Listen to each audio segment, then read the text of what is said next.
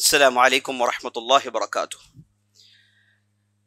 إن الحمد لله نحمده ونستعينه ونستغفره ونعوذ بالله من شرور أنفسنا ومن سيئات أعمالنا، من يهده الله فلا مضل له ومن يضلل فلا هادي له، وأشهد أن لا إله إلا الله وحده لا شريك له، وأشهد أن محمدا عبده ورسوله.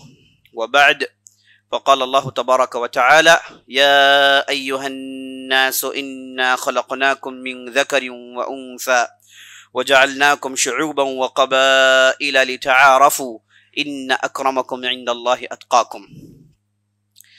تمام قسم کی تعریفیں، وہ بڑائی، وہ بزرگی اللہ رب العزت کے لیے ہے، جو ہمارا حقیقی مالک ہے، حقیقی خالق ہے، حقیقی مدبر ہے۔ لاکھوں کروڑوں درود و سلام ہو سرور کائنات، فخر موجودات احمد مجتبیٰ محمد مصطفیٰ صلی اللہ علیہ وسلم پر، جنہیں اللہ تعالیٰ نے سارے کائنات کے لیے رحمت بنا کر مبعوث کیا۔ میں اللہ رب العزت کی بارگاہ میں دعا کرتا ہوں کہ اللہ تعالیٰ جس طرح ہمیں اس مبارک مجلس میں جمع کیا ہے، اسی طرح ہمیں جنات الفردوس میں جمع کریں۔ اور میں اللہ رب العزت کی بارگاہ میں دعا کرتا ہوں کہ اللہ سبحانہ و تعالیٰ ہمارے رمضان کی محنتوں کو قبول فرمائے، ہماری نمازوں کو قبول فرمائے، ہمارے روزوں کو قبول فرمائے، ہمارے ذکر و اذکار کو قبول فرمائے، ہمارے استغفار اور توبہ کو قبول فرمائے، آمین یا رب العالمین۔ میں نے خطبہ مسنونہ کے بعد سورہ حجرات کی ایک آیت کی تلاوت کی، جس میں ارشاد باری تعالیٰ ہے: یا ایھا الناس انا خلقناکم من ذکر وانثی وجعلناکم شعوبا وقبائل لتعارفوا ان اکرمکم عند اللہ اتقاکم۔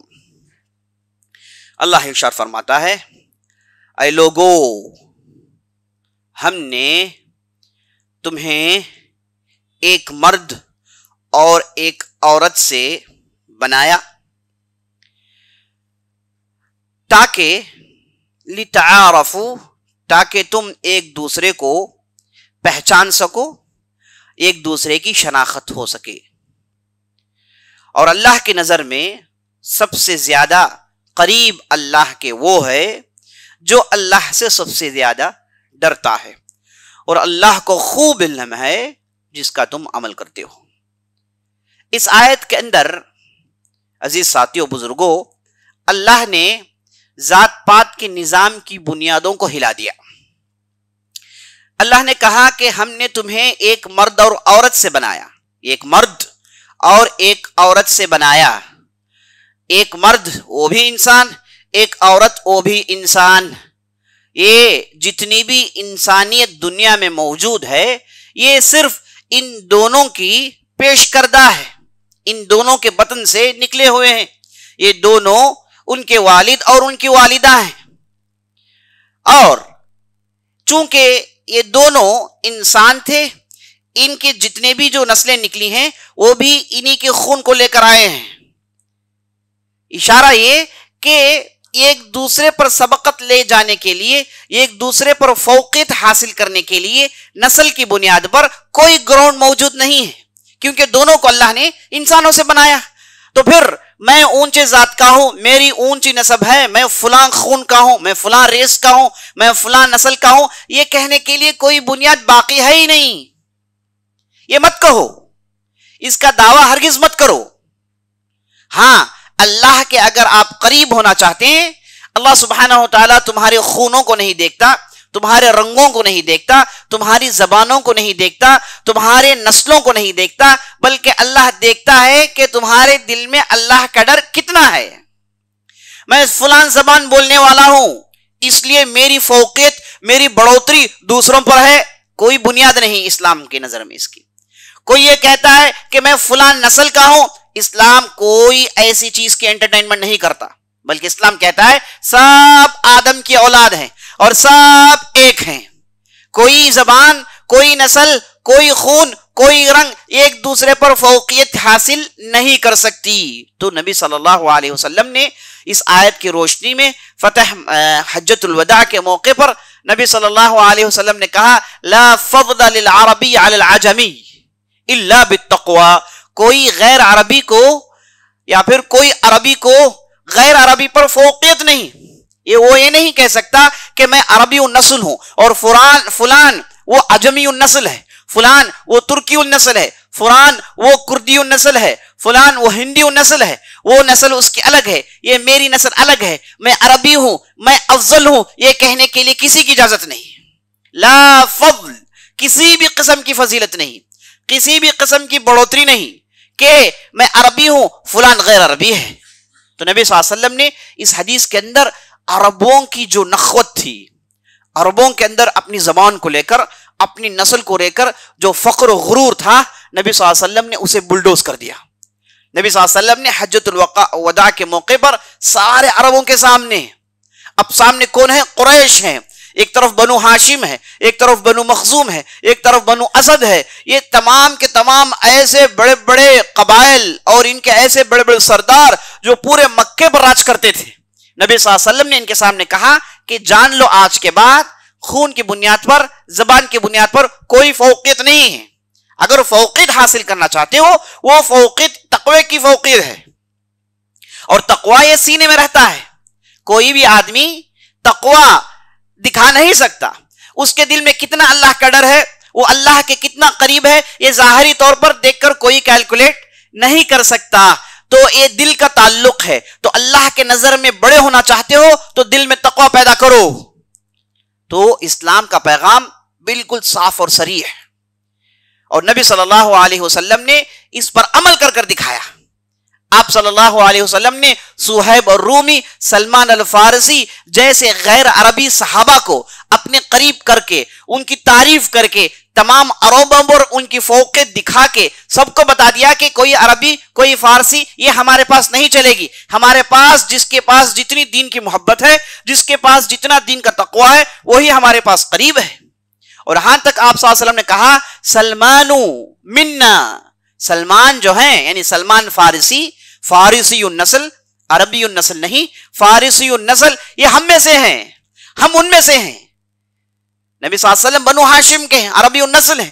نبی صلی اللہ علیہ وسلم نے کہا کہ یہ جو فارسی نسل ہونے کے باوجود یہ ہم میں سے ہے، اور ہم ان میں سے ہیں. تو نبی صلی اللہ علیہ وسلم نے یہاں پر پھر وہ ذات پات کی جو ہے بنیادوں کو ہلایا اور نکال کر پھینک دیا. تو اسی لیے ہم دیکھتے ہیں تاریخ اسلام میں جہاں عربوں کو اللہ نے موقع دیا، عربوں کے درمیان اللہ نے نبی بھیجا، عربوں کی زبان میں اللہ نے کتاب بھیجی، لیکن اللہ نے انصاف کیا، اور قیامت تک کے انصاف چلتا رہے گا. انہیں موقع دیا گیا تو اللہ نے آگے چل کے غیر عربوں میں ترکی النسل، کردی النسل، مغولی النسل، ان لوگوں کو اللہ نے ایسے ایسے موقع دیے جنہوں نے سارے عالم اسلامی میں اپنا سکہ جمایا، اور سارے عالم میں اسلامی میں انہوں نے اپنے آپ کو بہترین شخصیت کے طور پر پیش کیا، اور دشمنان اسلام کے جڑ کو کاٹ کے زبردست اسلام کی خدمت کی. ایسی زبردست اسلام کی خدمت کی. آج بھی تاریخ پڑھ کے ہمیں تعجب ہوتا ہے کہ کوئی دور دراز علاقے میں جہاں پر نہ اسلام آیا، جہاں پر نہ کوئی نبی آیا، جہاں پر نہ کوئی صحابی آیا، لیکن اللہ نے ایسے بندے پیدا کیے جن کے دل میں ایمان مکمل تھا. ایسی عجیب و غریب مثالیں ہم کو ملتی ہیں. تو آج میں آپ کے سامنے اسی سلسلے کو لے کر ایک بہت ہی اہم ہستی کی زندگی آپ کے سامنے رکھنے والا ہوں. اس ہستی کے تعلق سے ایک بہت بڑے مورخ ہیں جن کا نام الامام ابن الاثیر رحمۃ اللہ علیہ، انہوں نے ایک تاریخ کی کتاب لکھی جس کا نام الکامل فی التاریخ، جو کہ بہت ہی معتبر کتاب ہے، اور اس کتاب سے تاریخ کے سارے واقعات لیے جاتے ہیں. بہت ہی معتبر اور مستند کتاب ہے. اس کتاب کے مؤلف کہتے ہیں کہ میں نے جتنی بھی تاریخ پڑھی، یہ 700 ہجری کے آس پاس ان کی وفات ہے، اس زمانے کے ہیں. یہ کہتے ہیں کہ میں نے پوری تاریخ پڑھی ہے، اور خاص طور پر پوری اسلامی تاریخ میں نے پڑھی ہے. اسلامی تاریخ میں نے جہاں خلفائے راشدین کو دیکھا، ان کے کامیابوں کو دیکھا اور ان کی خوبیوں کو پڑھا، اس کے بعد مجھے ان کے ٹکر کا اگر کوئی نظر آتا ہے وہ ہے عمر بن عبدالعزیز، جن کا تعلق بنو امیہ سے تھا. اور عمر بن عبدالعزیز کے بعد میں نے جتنی بھی تاریخ پڑھی، ان کے ٹکر کا آدمی کوئی پیدا نہیں ہوا سوائے یہ ہستی کے جس کی زندگی میں آپ کے سامنے رکھنے والا ہوں. تو خلفاء راشدین کے بعد، عمر بن عبدالعزیز کے بعد اس فرد کا نام آتا ہے اسی لیے بعض مورخین نے انہیں الخلیفۃ الراشد السادس کہا. خلیفہ راشدہ، خلافت راشدہ جیسے خلیفہ، اور ان کا نمبر 6 کا ہے. 4 تو خلافہ راشد ہو گئے، عمر بن عبدالعزیز کو آپ جوڑیں گے تو 5، اور 6 نمبر پر یہ ہستی کا نام بعض مورخین اس کا ذکر کرتے ہیں. اور ان کے لقبوں میں سے ایک اہم لقب العادل. ان کا انصاف اتنا تھا، اتنے انصاف پسند تھے کہ لوگوں نے انہیں العادل کا ٹائٹل دیا. اور ان کے ٹائٹل میں سے ایک ٹائٹل الشہید، لوگوں نے انہیں شہید کہا، لوگوں نے انہیں شہادت کا درجہ دیا، لوگوں نے انہیں شہید کے نام سے جانا. حالانکہ یہ شہید نہیں ہوئے، یہ مرض موت پر اپنی بستر پر وفات پاتے ہیں، لیکن ان کے اتنے کارنامے، اتنی جو ہے ان کی کامیابیاں تھی کہ لوگوں نے انہیں ہمیشہ شہید کے نام سے یاد کیا. ان کے ٹائٹل میں سے ایک ٹائٹل لیث الاسلام، اسلام کا شیر.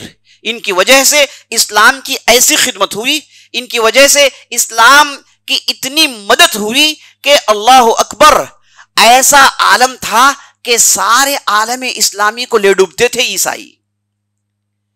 اس موقع پر اللہ نے انہیں بھیجا اور انہوں نے غرق ہوتے ہوئے بیڑے کو ہاتھ دیا اور اس بیڑے کو پار کرایا. یہ زمانہ ہے جی ساتھیوں 500 ہجری کے آخری کا.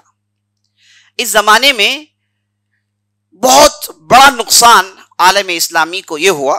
پہلے تو آپسی اختلافات، آپسی جھگڑے، اور خلافت عباسیہ کا کمزور ہونا. خلافت عباسیہ جو بغداد میں قائم ہوئی، جس کے پہلے خلیفہ عبداللہ بن صفاح تھے، اور اس کے بعد پے در پہ زبردست خلفاء آئے. ہارون رشید کا آپ نے نام سنا، یہ زبردست خلیفہ گزرے ہیں. اور ان کے بعد امین، مامون اور معتصم، ایسے بڑے بڑے خلفاء آئے جنہوں نے زبردست بنیاد ڈالی خلافت کی، اور سارے عالم اسلامی کو اپنے کنٹرول پر رکھے ہوئے تھے. معتصم تو ایسا ایک خلیفہ گزرا ہے جس کی تاریخ پڑھتے ہیں تو معلوم ہوتا ہے کہ ایک ایسا آدمی تھا جس نے پورے عالم عیسائی کو، پورے صلیبی طاقتوں کو صرف اپنی نام سے ڈرا رکھا تھا. اس کے نام سے ڈرتے تھے، اتنا زبردست خلیفہ گزرا تھا. ان کا نام تھا معتصم. یہ جو خلیفہ تھے ان کے بارے میں آتا ہے، یہ بھی آپ ضمناً سن لیجئے، کہ ایک مرتبہ جو آج کا ترکیہ ہے، وہاں پر ایک علاقہ پڑتا ہے جسے اموریہ کہتے ہیں. وہاں پر ایک عیسائی بادشاہ نے اچانک مسلمان علاقوں پر حملہ کیا اور انہیں خوب لوٹا، اور وہاں پر جو ہے کئی قتل گرائے. یہاں تک کہ وہاں کی ایک عورت نے چیخ کر کہا وا معتصما، مطلب اے معتصم کہاں ہو تم. تو یہ خبر جب معتصم کی مجلس میں لائی گئی، اس کے دربار میں لایا گیا، معتصم کرسی میں بیٹھا تھا. تو جو لوگوں نے خبر پہنچائی انہوں نے کہا کہ اموریہ پر حملہ ہوا ہے اور مسلمانوں کے علاقوں کو اجاڑ دیا گیا ہے، ڈھیر سارے مسلمانوں کو مار دیا گیا ہے. تو خلیفہ جیسے ہی بات سنتا ہے اپنی کرسی سے اٹھ کر کھڑا ہو جاتا ہے اور کہتا ہے کہ میرے ہوتے ہوئے میں ان کا ذمہ دار ہوں، میں ان کا امیر المؤمنین ہوں، میں ان کا خلیفہ ہوں، میرے ہوتے ہوئے ان کتوں کی اتنی جرت. اس کے بعد ایک نے کہا کہ وہاں کی ایک بوڑھیا نے وا معتصمہ کہا، یعنی وہاں کی ایک بوڑھیا نے آپ کو بلایا، کہا کہ اے معتصم کہاں ہو. جیسے یہ سننا تھا، اس خلیفہ کو اتنا جوش آتا ہے، اتنا غصہ آتا ہے، یہ اپنے ایک ٹیبل میں ہاتھ مار کر کہتا ہے کہ خدا کی قسم مجھ پر بیٹھنا حرام ہے، مجھے بیٹھنا حرام ہے. جب تک میں اس کرسی میں واپس آ کر نہیں بیٹھوں گا، جب تک کہ اموریہ کو پورے کا پورا برباد نہ کر دوں. اور اس کے بعد ایسا جیش لشکر لے کر جاتا ہے، ایسا جیش جرار لے کر جاتا ہے، اور اموریہ پر خدا کا قہر بن کے برس پڑتا ہے، اور اموریہ کے علاقے میں گویا کہ قیامت آ گیا ہے، اور ایسے اس علاقے کو برباد کرتا ہے کہ عیسائیوں نے کبھی اس برباد شہر کو دوبارہ بننے کی بھی کوشش نہیں کی. آج بھی اموریہ کھنڈیر ہے. اب جا کے دیکھیے، نیٹ میں اموریہ ماریے، دیکھیے کہ کیسے کھنڈیر ہیں. ان کسی بھی اینٹ کو ایک اینٹ پر نہیں چھوڑا، کسی دیوار کو کھڑی ہوئی نہیں چھوڑا، پورے کا پورا برباد کر دیا. تو ایسا زبردست خلیفہ گزرا تھا معتصم باللہ. تو ایسی زبردست عباسی خلافت تھی. لیکن المتوکل علی اللہ ایک خلیفہ آتے ہیں، ان کی وفات کے بعد پوری خلافت کمزور پڑ جاتی ہے. میں نے آپ کو تفصیل بتائی کہ خلافت جب کمزور پڑ گئی تو وہاں پر سلطنت کے لیے ایک ایریا کریٹ ہو گیا. تو آپ کے سامنے دو چیزیں ہو گئی، ایک ہے خلافت اور ایک ہے سلطنت. خلیفہ وہ پریزیڈنٹ جیسا ہوتا ہے، وہ صرف اپنے ہاتھ میں سٹیمپ رکھا ہوا ہوتا ہے اور اس کے سامنے دستاویزات دے دیے جاتے ہیں، اور اسے کہا جاتا ہے کہ دستخط کریں اور سیل ماریں. وہ دستخط کرتا ہے, سیل مارتا ہے, بالکل کٹ پتلی کی طرح. اس کا کوئی اختیار نہیں ہوتا ہے, وہ کوئی چیز پر پوچھ تاچھ نہیں کر سکتا. اگر پوچھنا چاہے تو چھوٹی اس کی جو ہے ایک گیپ ہوتی ہے جس سے وہ پوچھ لے سکتا ہے, ورنہ پورے کا پورا سلطان کا چلتا ہے, پورے سلطنت کے ہاتھ میں ہوتا ہے.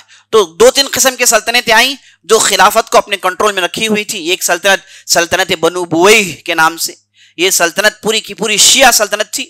انہوں نے خلافت کو استعمال کیا شیعہ مذہب کو پھیلانے کے لیے, اور دور تک انہوں نے پھیلایا, اور پورے عالم اسلامی میں اس شیعہ مذہب کے ماننے والوں کی تعداد کو خوب بڑھایا. اور جہاں کہیں بھی سنی علماء اور سنی تعلیم ہوتی تھی ان کے جڑوں کو انہوں نے کاٹا, اور پورے کے پورے علاقے کو, عراق, ایران, شام, مصر کے اندر یہ شیعت کو انہوں نے خوب پھیلایا. جب انہوں نے حد سے زیادہ ظلم کیا تو وہاں پر سلجوق آ گئے جو کہ ترکی نسل تھے اور کٹر سنی تھے, اور وہ شیعہ سے ان کی کچھ بن نہیں پڑتی تھی. بعد میں یہ سلطنت میں آئے تو بنو بوئی کی جڑوں کو انہوں نے کاٹا, پھر دوبارہ سنیوں کی طاقت کو برقرار کیا. یہ جو ہے سلجوقیوں کی ایک بہت بڑی خوبی ہے. تو یہ حالت تھی, ایک طرف آپسی جھگڑے کی حالت یہ تھی, اور پوری خلافت کمزور پڑ گئی تھی. اور آپسی جھگڑے جب زیادہ ہوتے ہیں تو ہوتا یہ ہے کہ دشمنوں کو موقع مل جاتا ہے. تو 500 سال کے بعد, جبکہ عیسائی صلیبی, جب سے اسلام کی طاقت بڑھی ہے, جب سے اسلام سارے عالم میں پھیل گیا ہے, یورپ کے چند علاقوں میں صلیبی طاقتیں سکڑ گئی تھیں, لیکن ان کی ہمیشہ سے کوشش رہی کہ دوبارہ ان علاقوں میں ہمیں جانا ہے, اور خاص طور پر بیت المقدس پر اپنی طاقت جمانا ہے. یہ ان کی پرانی کوشش اور پرانی ان کی خواہش تھی. ہمیشہ انہوں نے کوشش کی لیکن انہیں کچھ نہیں کر پائے, کچھ نہیں چلی, کیونکہ ایسے زبردست خلفاء, ایسے زبردست اسلامی لوگ تھے کہ ان کی کچھ ان کے سامنے بن نہیں پڑتی. تو 500 سال کی ان کی محنت تھی.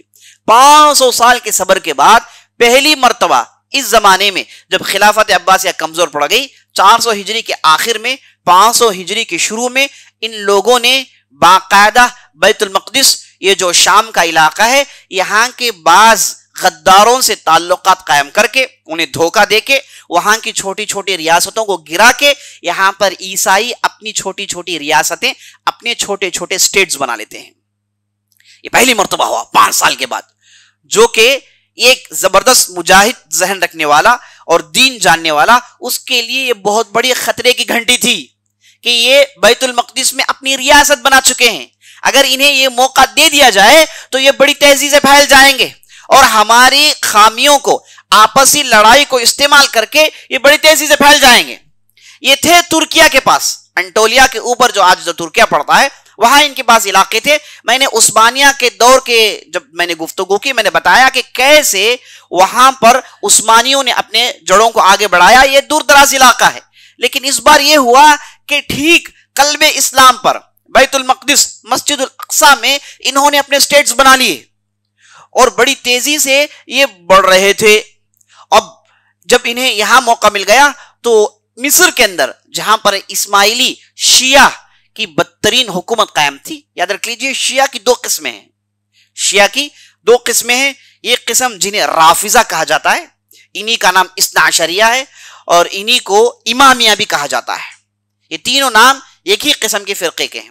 اب ان کا یہ عقیدہ ہے کہ ہمارے 12 امام ہیں, اس میں سے علی رضی اللہ عنہ, اور اس کے بعد حسن, حسین اور ان کی اولاد, آخر کار حسن العسکری جو 12ویں ان کے امام تھے, جو نجف کے علاقے میں گفا میں اندر پیدا ہوئے, جو کہ ان کے عقیدے کے مطابق آج بھی اس گفا میں موجود ہیں, اور آج بھی بعض تیوہاروں پر, بعض سیلیبریشنز میں وہ اس گفا کے سامنے جاتے ہیں اور چیخ چیخ کر کہتے ہیں کہ اے امام باہر نکلو, ظلم عام ہو گیا ہے, آپ کی آمد کے ہم انتظار میں ہیں.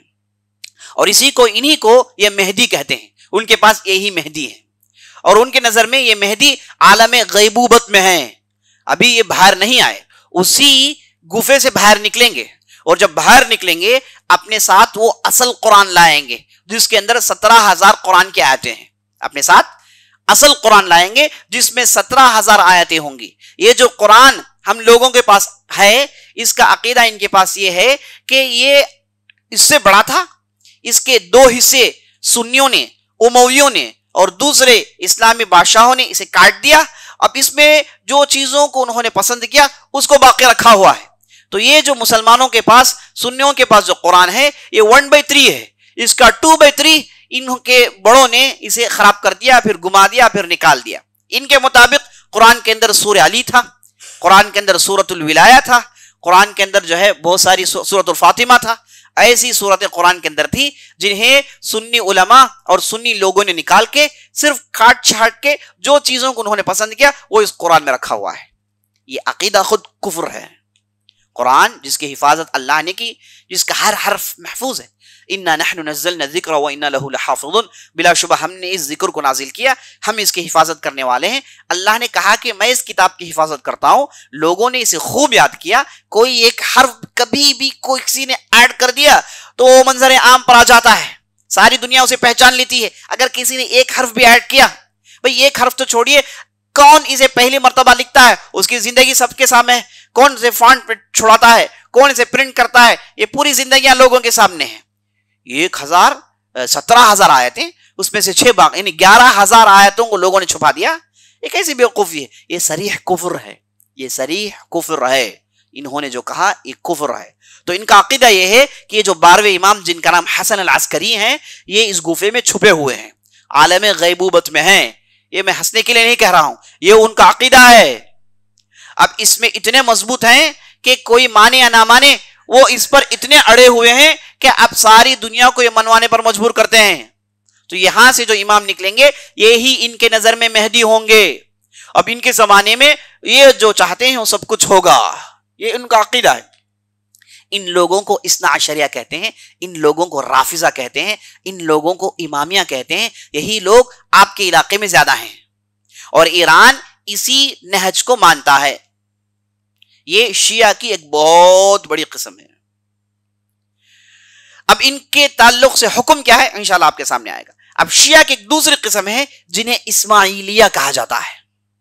اسماعیلیہ وہ اسماعیل کے پیروں ہیں، اسماعیل کے فالوورز ہیں. یہ اسماعیل کون ہے؟ یہ اسماعیل 7ویں امام ہیں. اسماعیل 7ویں امام ہیں. یہ اصل میں امام بننا تھا چونکہ یہ صاحب کے اخلاق ٹھیک نہیں تھے، شراب خور تھے، دوسرے ان کے پاس غلطیاں تھی. تو عام شیعہ نے انہیں امام ماننے سے انکار کر دیا. انہوں نے غالباً موسیٰ القاضی ما فی العالی الرضا، انہوں نے امام مان لیا جو کہ ان سے چھوٹے بھائی تھے. ان کے عقیدے کے مطابق بڑا بھائی امام بن سکتا ہے، چونکہ اخلاق ٹھیک نہیں تھے، چھوٹے بھائی کو ان لوگوں نے امام بنا لیا. یہ جو انہوں نے کہا کہ نہیں، امام چاہے جو بھی کرے وہ امام ہی ہوتا ہے. امام کا اختیار اللہ آسمان سے کرتا ہے. ان کا عقیدہ یہ ہے کہ امام یہ ساری دنیا کو کنٹرول کرتے ہیں. یہ 12 امام یہ ساری دنیا کو یہی کنٹرول کرتے ہیں، ساری دنیا کو یہی چلاتے ہیں، انہی کے ہاتھ میں سب کچھ ہے. یہ ان کا عقیدہ ہے. تو یہ جو تھے اسماعیلیہ، انہوں نے کہا کہ نہیں، یہ جو پہلے لڑکے ہیں اسماعیل وہی ہمارے امام ہیں، اس کے علاوہ ہم کسی امام کو ماننے کے لیے تیار نہیں ہیں. تو ان کے فالوورز کو اسماعیلیہ کہا جاتا ہے. یہ جو اسماعیلیہ بنے، ان کے ڈھیر سارے فرقے دنیا میں موجود ہیں. ان میں سے ایک فرقہ بہرا فرقہ ہے، ان میں سے ایک فرقہ آغا خانی فرقہ ہے، ان میں سے ایک فرقہ جنہیں نصیریہ کہا جاتا ہے. جو سیریا کا جو پریزیڈنٹ ہے بشار اسد، یہ نصیریہ ہیں. انہی میں سے ایک اور ایک فرقہ ہے جنہیں دروز کہا جاتا ہے. انہی میں سے بھیانک فرقے ہیں. اب تمام علماء کا اتفاق ہے، تمام علماء کا اتفاق ہے. اس میں یہ شیعہ امامیہ کے علماء کا بھی اتفاق ہے، بالاتفاق اسماعیلیہ کافر ہیں. بالاتفاق اسماعیلیہ کافر ہیں. اسماعیلیہ میں عبیدیہ ہے، فاطمیہ، یہ سب اسماعیلیہ کے مختلف شاخیں ہیں. بعض چیزوں کو مانتے ہیں، بعض چیزوں کو نہیں مانتے. ان کے عقائد میں بھیانک غلطیاں. یہ باقاعدہ علی کو خدا کہتے ہیں، باقاعدہ علی کی بات کرتے ہیں، اور اس کے بعد دین ان کے لیے کھلواڑا ہے. نماز پڑھنا ان کے لیے ضروری نہیں، روزے رکھنا ان کے لیے ضروری نہیں ہے نا. ان کا ایک امام ہوتا ہے جس کی باقاعدہ سامنے سجدہ کرتے ہیں اور باقاعدہ اس کے لیے جو ہے اس کی تصویریں لگاتے ہیں. جب بھی پریشانی ہے اسے پکارتے ہیں، اس پر چڑھاوے چڑھاتے ہیں. یہی ان کے لیے سب کچھ ہوتا ہے. تو جو اسماعیلیہ اور اسماعیلیہ سے ریلیٹڈ جتنے بھی فرقے ہیں، اس پر اتفاق ہے اہل علم کا. یہاں تک امام غزالی کہتے ہیں اگر کسی نے ان کے کفر میں شک کیا، میں اس کے امام میں شک کرتا ہوں. اگر کسی نے ان کے کفر میں شک کیا، میں اس کے ایمان میں شک کرتا ہوں. بہت ہی سنگین بات ہے، اللہ اکبر، بہت ہی سنگین بات انہوں نے بتائی. تو یہ دو شیعہ ہیں جو عام طور پر لوگ فرق نہیں کرتے. عام طور پر لوگ یہ جو رافضہ ہیں اور یہ اسماعیلیہ ہیں، ان دونوں کو ایک سمجھتے ہیں. یہ بہرا ہے جسے ہم رافضیہ کہتے ہیں، ان دونوں کو ہم ایک سمجھتے ہیں، دونوں ایک نہیں ہیں. انہیں اسماعیلیہ کو رافضی کافر کہتے ہیں، ان کی نظر میں کافر ہیں، ان کے پاس جانا، ان کے پیچھے نماز پڑھنا جائز نہیں کہتے ہیں یہ، حالانکہ دونوں شیعہ ہیں. اسے اچھی طریقے سے سمجھ لینا چاہیے. تو جو اسماعیلیہ ہیں ان کے جو ہے کئی فرقے نکلے اور بہت بدترین فرقے دنیا میں آج دیکھنے کو ملتے ہیں، اور ان کی وجہ سے اسلام کو بہت زیادہ نقصان ہوا. تو یہ اسماعیلیہ کا ان لوگوں کی ایک حکومت قائم ہو گئی، ان لوگوں کی ایک حکومت قائم ہو گئی تھی مصر کے اندر 200 ہجری کے آس پاس، اور اس حکومت کا نام انہوں نے رکھا العبیدیہ، عبیدیہ کی حکومت. لگ بھگ 150 سال تک حکومت کرتے رہے مصر کے اندر. ان لوگوں نے باقاعدہ عیسائیوں سے اچھے تعلقات قائم کر کے ان لوگوں نے عیسائیوں کو بیت المقدس کے لیے راستہ بنایا. تو عیسائی مصر آئے اور مصر کے ذریعے سے ان کے لیے راستے کھل گئے اور وہ آگے بڑھے، اور انہوں نے اسلامی دنیا کے قلب میں، اسلامی دنیا کے بالکل بیچ میں 4 بڑے اسٹیٹس بنا لیے. یہ ماحول تھا عزیز ساتھیوں جب یہ شخصیت دنیا میں آتے ہیں. ان شخص کا نام ہے نور الدین زنکی رحمت اللہ علیہ. نور الدین زنکی رحمت اللہ علیہ، ان کے بارے میں ابن الاثیر رحمت اللہ علیہ ارشاد فرماتے ہیں کہ میں نے جتنی بھی تاریخ پڑھی خلفائے راشدین کے بعد ان کے ٹکر کا اگر کوئی ہے تو وہ عمر بن عبد العزیز ہے، اور عمر بن عبد العزیز کے بعد اگر ان کے ٹکر کا کوئی بھی ایک شخص مجھے پوری تاریخ میں نظر آتا ہے تو وہ صرف اور صرف نور الدین زنکی رحمت اللہ علیہ ہیں. نور الدین زنکی رحمت اللہ علیہ. ان کی پیدائش ہوئی 511 ہجری میں، اور اللہ نے انہیں بہت ہی مختصر زندگی دی. لگ بھگ 58-59 ایج ان کی تھی جب یہ وفات پا جاتے ہیں. اب جلدی سے چلیے ان کے بعض کارنامے ہم دیکھ لیتے ہیں، زیادہ تفصیل میں تو جانا ممکن نہیں ہے. تو یہ جو نور الدین زنکی رحمت اللہ علیہ تھے، ان کے والد جن کا نام عماد الدین زنکی تھا اور ان کے والد جن کا نام آقا سنقر تھا، یہ ترکی النسل تھے. یہ ترکی النسل تھے، عربوں سے ان کا کوئی تعلق نہیں، نہ یہ عربی بولتے تھے نہ یہ عربی عادات و اطوار والے تھے، یہ پورے کے پورے ترکی تھے. اب دیکھیے اللہ نے اس ترکی کے ذریعے سے، بعض لوگوں نے کہا ترکمانی، بلکہ ایک ہی نسل ہے. بہرحال ان کے ذریعے سے اللہ نے کیسے دین کی خدمت کی اور کیسے اللہ نے دین کی مدد کی، اللہ اکبر، ایک بہت بڑی بات ہے. تو ان کے والد جو تھے عماد الدین زنکی، اور ان کے والد ان کے دادا جن کا نام آق سنقر تھا، یہ ایک سلجوقی بادشاہ کے یہاں سپہ سالار تھے. سلجوقی بادشاہ جس کا نام ملک شاہ تھا، اس کے یہاں ایک سپہ سالار تھے. شروع ایک نارمل پوزیشن سے شروع کرتے ہیں، اپنی محنت کی وجہ سے بڑے عہدے میں پہنچتے ہیں.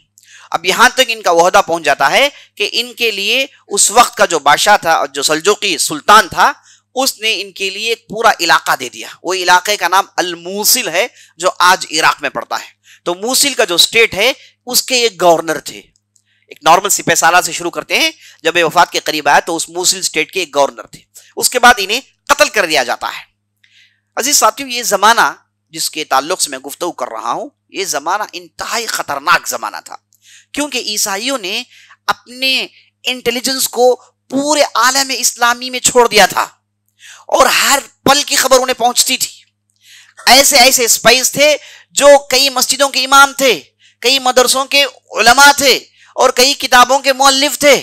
انہوں نے سارے عالم اسلامی کو ایسے ہی انہوں نے آکوپائی نہیں کر لیا، انہوں نے باقاعدہ 100 سال سے زیادہ اس میں گراؤنڈ ورک کیا.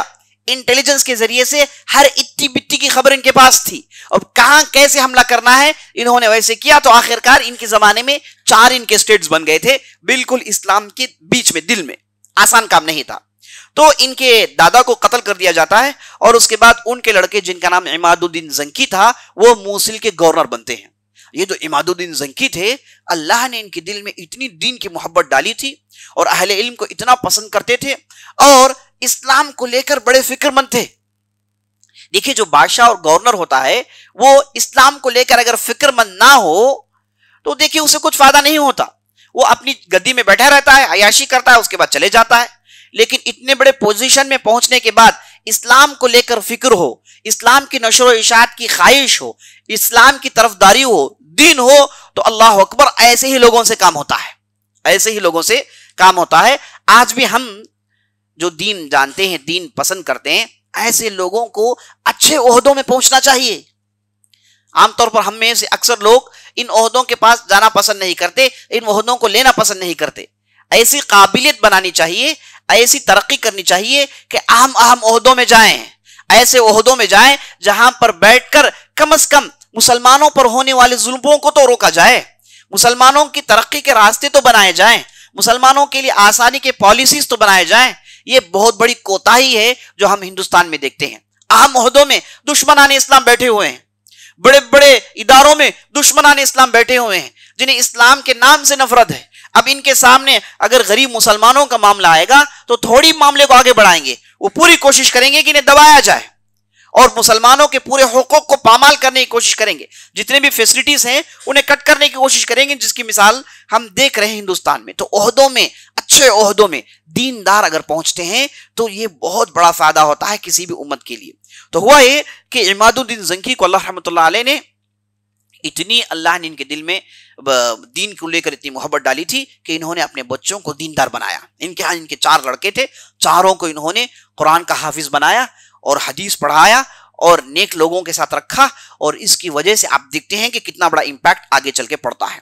تو وہ یہ کہ عماد الدین زنکی بھی وفات پا جاتے ہیں۔ اس کے بعد نور الدین زنکی اور ان کے بڑے بھائی جن کا نام سیف الدین غازی تھا، ان کے درمیان ان کے سٹیٹس بٹ جاتے ہیں۔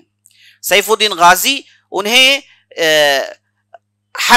جو ہے دمشق کے اس پار ایک علاقے کو دیا جاتا ہے، اور نور الدین زنکی کو حلب نامی ایک سیریا کا اہم علاقہ ہے، وہاں کے یہ گورنر رہتے ہیں۔ 2 لڑکوں کے درمیان یہ سلطنت بٹ جاتی ہے۔ تو اس کے بعد ہوا یہ کہ نور الدین زنکی کے ہاتھ میں جب طاقت آئی تو اس وقت ان کی عمر 28 سال کی تھی، 28 ایئرز کے تھے۔ ان کے پاس جب طاقت آئی تو ان کے ذہن میں صرف 2 مقصد تھے۔ نور الدین زنکی رحمۃ اللہ علیہ اتنے متقی اور پرہیزگار آدمی، ان کے تعلق سے آتا ہے کہ انہوں نے کبھی تہجد کی نماز نہیں چھوڑی، اور ان کے تعلق سے آتا ہے کہ جماعت کی نماز ناغا سوچ بھی نہیں سکتے تھے، اور یہ بھی معلوم ہوتا ہے ان کے تعلق سے کہ یہ کھانے کو لے کر، حرام چیزوں کو لے کر بڑے سیریس ہوتے، 1000 بار چیک کرتے کہ کہیں ان کے پیٹ میں حرام نہ چلے جائے، اور اس تعلق سے بڑے سیریس ہوتے تھے، عفیف البطن تھے۔ اور اسی طریقے سے ان کے تعلق سے یہ بھی آتا ہے کہ یہ اپنے محنت کی کمائی کماتے تھے۔ گورنر ہونے کے باوجود انہوں نے یہ ان کا طریقہ بنا رکھا تھا کہ یہ اپنی محنت کی کمائی کماتے تھے۔ یہ بہت اچھے رائٹر تھے، اچھے خط نویس تھے، تو یہ اپنے ہاتھوں سے بہت ساری چیزوں کو لکھ کر اسے بیچ کر اسے کماتے تھے۔ تو ان کے پاس ایک چھوٹی تجارت تھی جس کے ذریعے سے ان کا روزمرہ چلتا تھا۔ اور اس کے بعد علماء کو انہوں نے ایک مرتبہ جمع کیا اور علماء سے یہ رائے مشورہ پوچھا کہ بیت المال سے میرے لیے کتنا لینا جائز ہے، آپ لوگ مقرر کریں، چونکہ میری بھی اولاد ہے، میری بھی فیملی ہے، تو آپ لوگ مقرر کریں کہ بیت المال سے مجھے کتنا لینا جائز ہے۔ یہ سوال خود بہت بڑی بات ہے، ورنہ بیت المال یہ خلیفہ یا پھر بادشاہ کا اپنا پراپرٹی سمجھتا ہے۔ بیت المال میں جتنا ٹھائے کوئی پوچھ نہیں سکتا، بیت المال میں سے جیسے چاہے خرچ کرے، جو چاہے خرچ کرے۔ کسی بھی عالم، کسی بھی قاضی، کسی بھی ایک آدمی کو بالکل اجازت نہیں ہوتی کہ یہ سوال اٹھائے۔ اگر کوئی سوال اٹھائے تو وہ بچنا اس کے لیے بہت مشکل ہے۔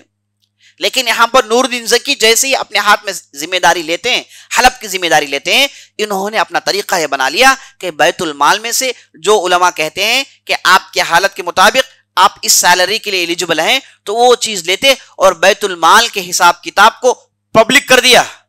سب کو معلوم ہوتا، معاشرے کے جو بڑے لوگ ہیں، پڑھے لکھے لوگ ہیں، انہیں معلوم ہوتا ہے کہ بیت المال میں کیا ہے اور کن کن لوگوں کو یہ مدد پہنچتی ہے۔ تو یہ بہت بڑا کام تھا جو لوگوں نے نہیں دیکھا۔ تو جب انہوں نے یہ کام کیا تو تمام کے تمام مورخ، تمام کے تمام علماء نے کہا کہ یہ خلفائے راشدین کا رنگ ہے۔ خلفائے راشدین عمر بن عبدالعزیز کے بعد کسی نے ایسا کام نہیں کیا، کسی نے بیت المال کو اس طریقے سے فل ٹرانسپیرنسی کے ساتھ اسے جو ہے اس میں جو ہے اسے ایکٹیویٹ نہیں کیا۔ یہ پہلے آدمی تھے جو ایسا انہوں نے کیا، یہ ان کی بہت بڑی خوبی تھی۔ تو جیسے ہی یہ حلب کے ذمہ دار بنے، ان کے مقصد 2 تھے۔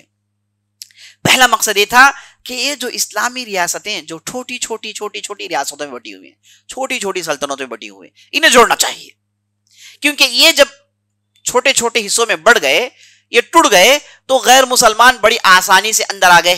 تو یہ اندر آئے ہیں اس لیے کہ ہم ٹوٹے ہوئے ہیں، تو انہیں جوڑنا چاہیے۔ انہوں نے اپنا پہلا ٹارگٹ فکس کیا، اس کے لیے بہت کام کیا۔